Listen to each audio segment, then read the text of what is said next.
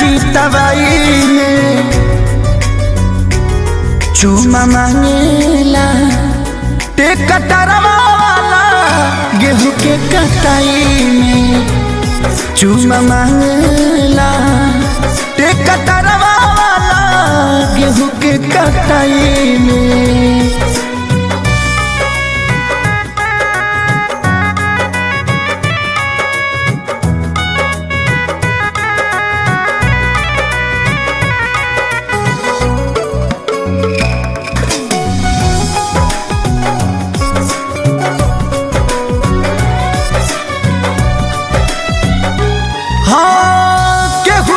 बुझातावे हमारा ये दर्द के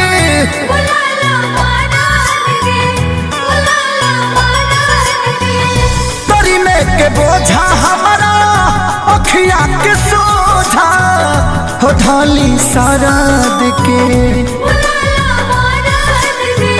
आगे पीछे घुमाता रहता बाई में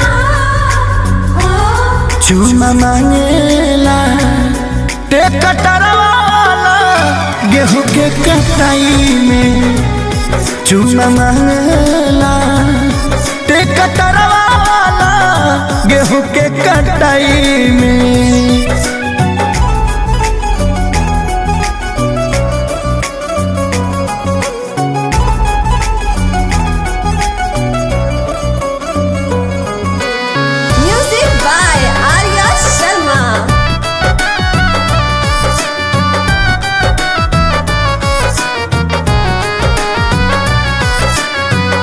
चिंता लगल बा हमारा खेत खरी हलिया के